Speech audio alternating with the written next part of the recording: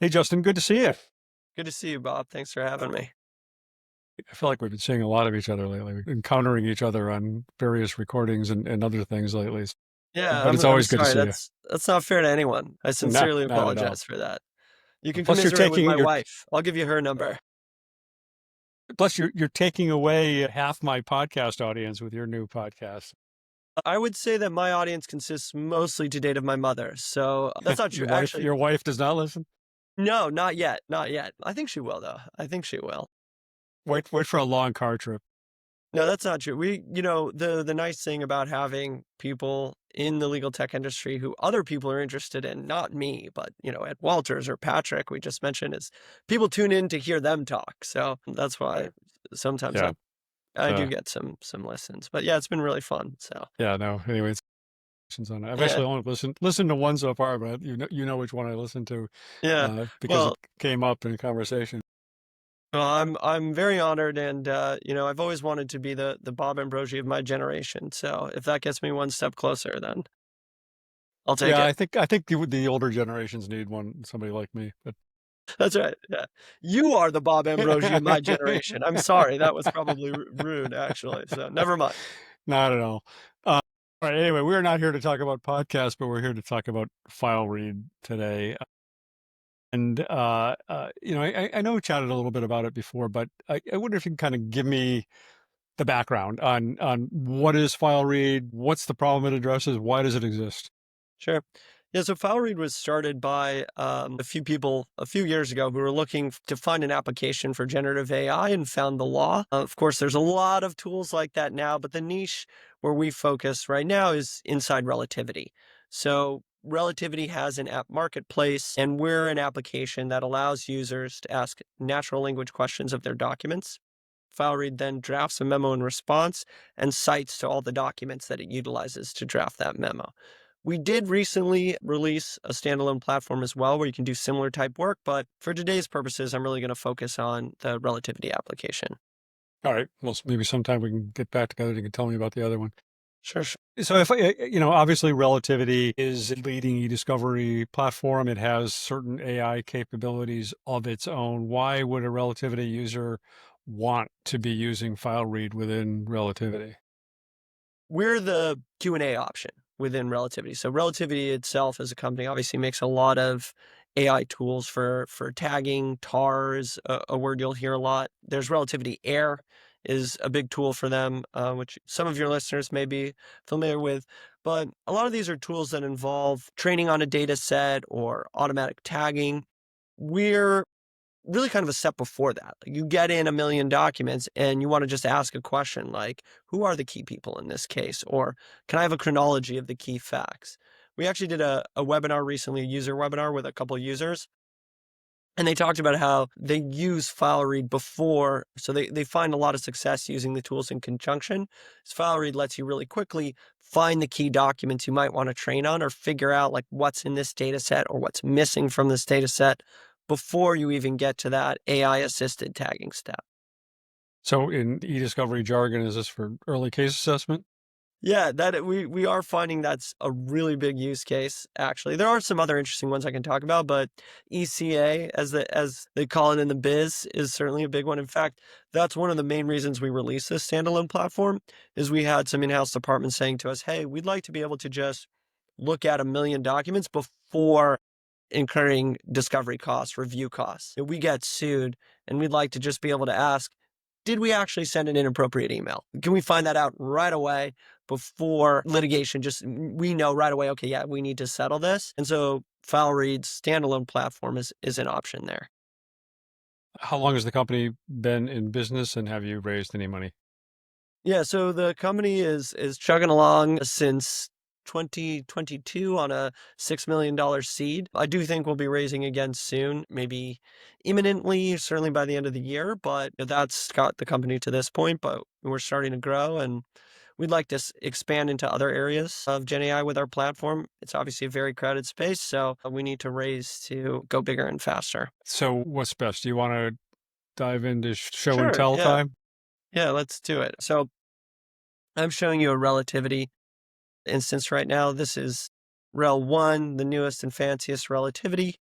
and I'm going to take you inside a workspace that has documents from McKinsey opioid litigation. So this workspace has 105,000 documents. That number is going to come up again later. So keep that in mind for now. But if you have access to Fileread, you get this button here that says Insights. And if you click that, we're now going inside Fileread, inside Relativity. And here's where you can do that natural language Q&A type stuff I mentioned. So Can I ask you a question? Relativity users would know this. I don't actually. I should know this, but when you're an app that you add into Relativity, is it just a matter of like going to an app store and clicking install or something, or how does that actually work? yeah, so you don't actually get to go to the App Store. There is a marketplace where you can see all the apps, but you need to either talk to us or a Relativity service provider who already has our tool installed, and then they can install it for you. But it's I it's see. Okay. pretty much that simple. We send what's called a wrap file. It's just a type of file, and they install it. I mean, it takes 30 minutes at most to get Fileread installed in your Relativity. So it's they've got a great system, and this marketplace is it's very robust and works really well for small companies like us to launch and have built-in potential users right off the bat.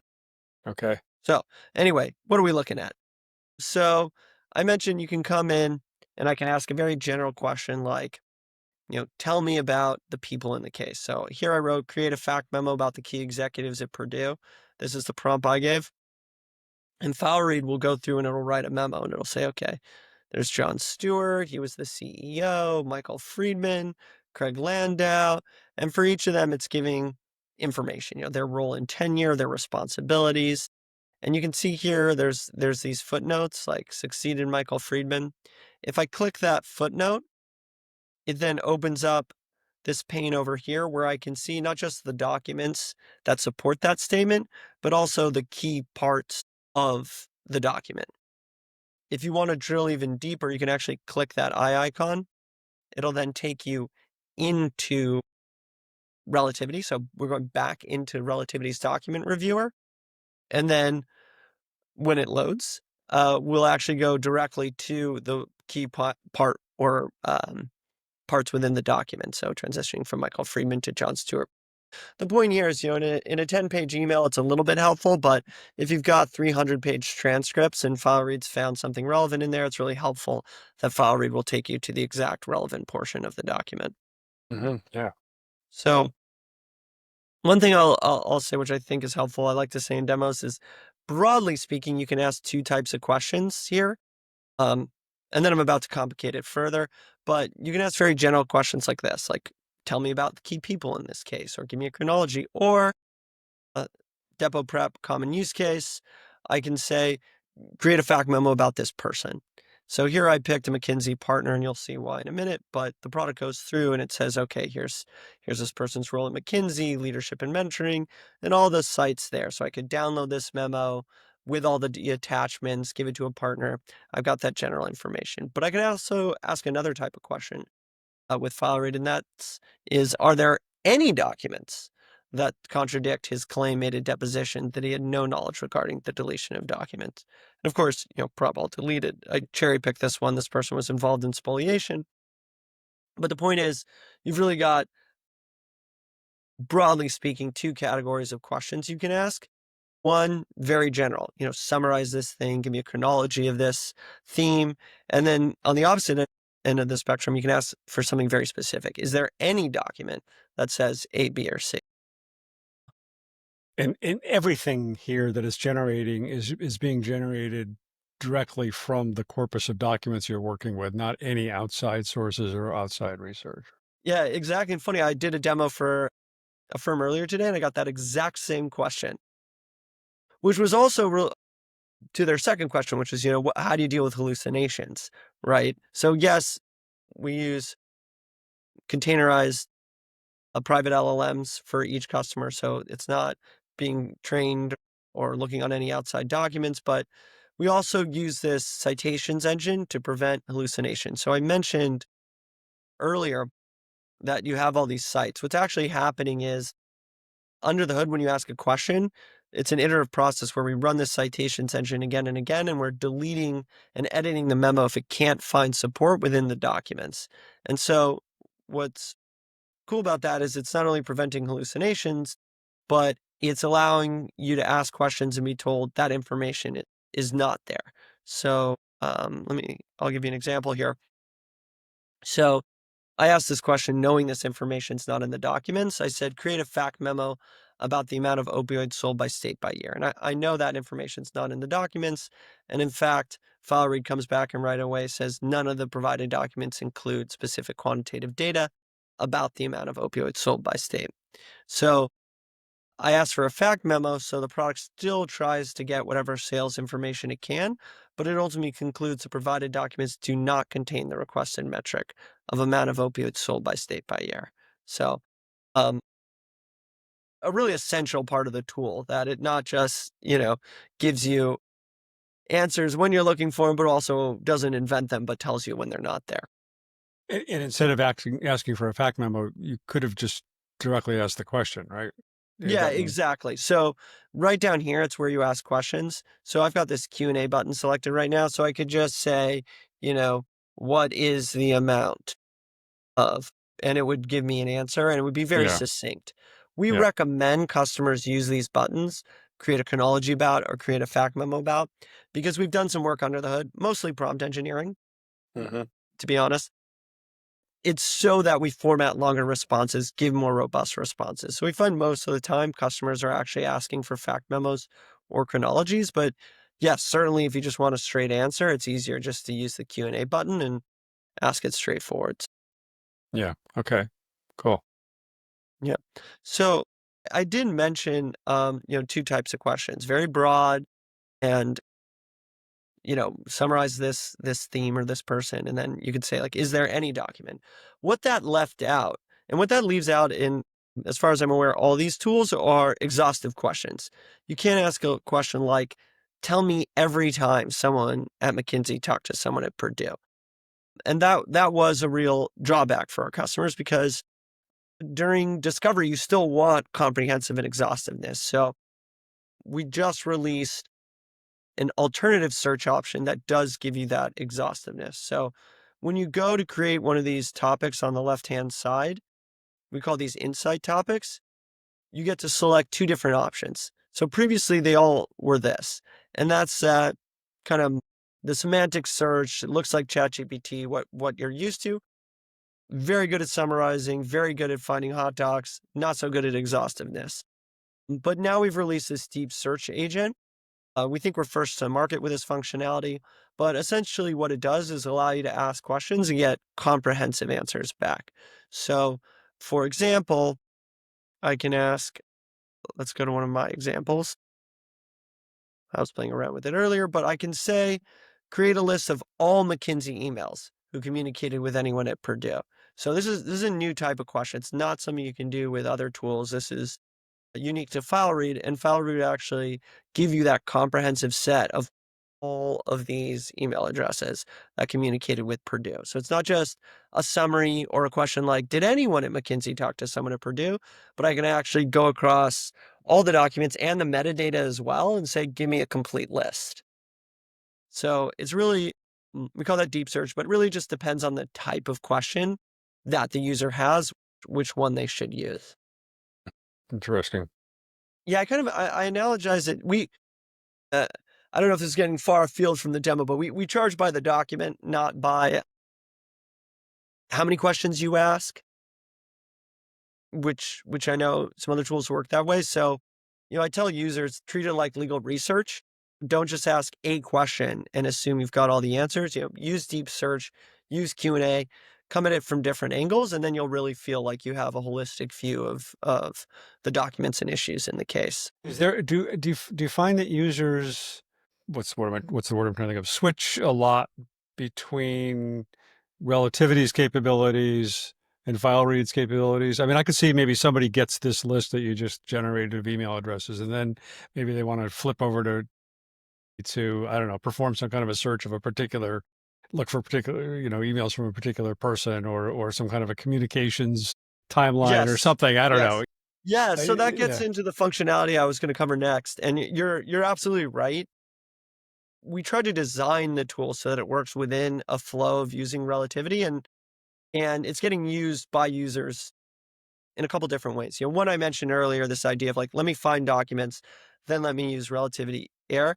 But there's also this kind of circular process of using Fileread to find documents that I'm interested in, looking at them in relativity, then taking that subset, putting them back into Fileread. So I'll explain. Let me go back to this question about this person, right? It could be any person. Here I've selected a McKinsey partner. The first thing the tool does is find what we call the sources. And that's going to be the universe of most relevant documents to the question being asked. So here we ask for a memo about the role and responsibilities of Arnab Ghatak, a McKinsey partner. And if I click on that sources button, it's going to show us, okay, 98 documents. So Fileread selected 98 documents that it then utilized in order to create that memo. But what I can also do, I've already done it here, but I can save that as a search in relativity. I can code these documents, or I can view that saved search in relativity here. So I've just saved it based on the QA name, but I can rename it.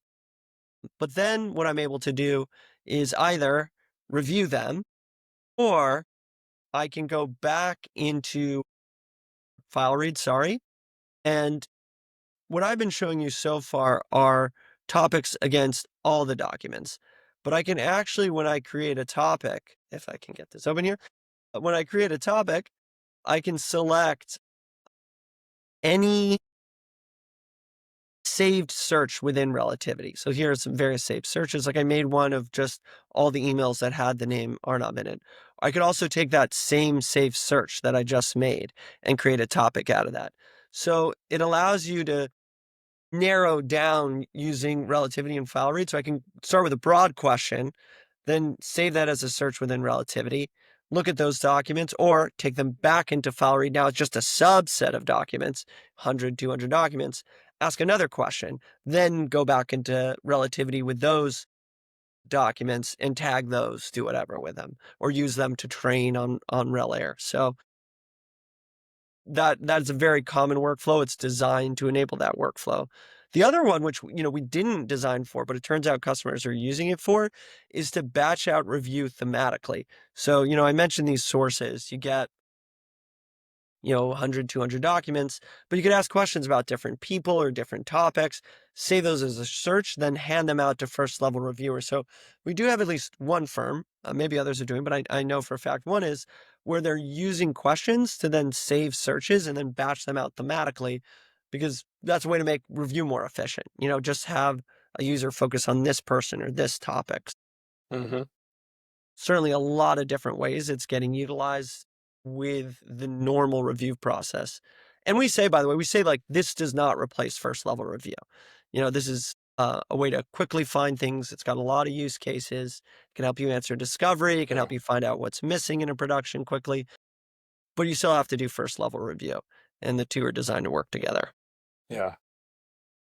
Well, even just that ability to ask questions is really valuable, I think, and doesn't exist otherwise. So it's very useful. Yeah, I mean, it's funny. This is we'll see if this makes the final cut. But I was a lawyer, and the first case I worked on in 2009 was the Washington Mutual bankruptcy. And I think JP Morgan dumped 5 million irrelevant documents on us. And I just did so much tagging and just typing irrelevant. And I think if I'd had a tool like this, just to be able to interrogate the documents and learn about the case and find out what's there, who knows, maybe I'd still be a lawyer. Probably not, but maybe, You're having a lot more fun now. Well, that's for sure. But, um, I do think in addition to the value it adds for the firm, for the case, speed, efficiency, all these are valuable things, but just it's what it makes being an associate so much better. I know there's all this concern, I'm waxing philosophical, but all this concern about replacing associates. For me, it's like this allows associates to do higher level work. Instead of having to do that first level review and only first level review, they get to actually think creatively, strategically about the questions they want to ask and really interrogate the document set with ease. Anything else you want to show us? Yeah, I probably should. So I showed you the two searches. I'll just mention quickly. We'll do a separate call perhaps on this, but we do have a standalone platform. I mentioned it's ECA is one of the main reasons we built it, but it works the same way. You ask questions down here, you create topics up here. The only difference is, if I go back a bit, you create a matter, and once you're inside a matter, instead of indexing documents from Relativity, you upload documents yourself with either a load file or just a zip file, and then you can start asking questions. But it has the same Q&A functionality and the advantage of our tool, which is it's meant to be accurate at scale. So, and again, I've got 114,000 documents, but we've seen the tool work on millions. So useful for people who don't have Relativity, but really meant to work in conjunction with it still, actually, for cases where people want to look at documents pre-Relativity. Yeah. What about post relativity? I mean, I've been seeing a lot of, litigation, a lot of AI driven litigation platforms coming to market lately, basically for the purpose of being able to review medical records or, Yeah. documentary evidence in trial preparation. Seems like something like the standalone application could have relevance there as well. Yeah, it's all on our roadmap. I think Yeah. it's a crowded field, but we want to really focus on litigation workflows. We Yeah. have many good ideas. Hopefully Yeah. we'll get to them in the coming year, but um, it's definitely a crowded space. I don't know. We think there's still room to focus on litigation tasks, Hmm. Yeah. broadly speaking. Yeah. Well, what I was talking about was Automating. a litigation task, but it's post discovery, pre-trial prep Yeah, kind of absolutely. stuff. Yeah. So like once you've got the documents, right? If we think about it, what the tool can already do, we can imagine that it will fill in statement of facts for you.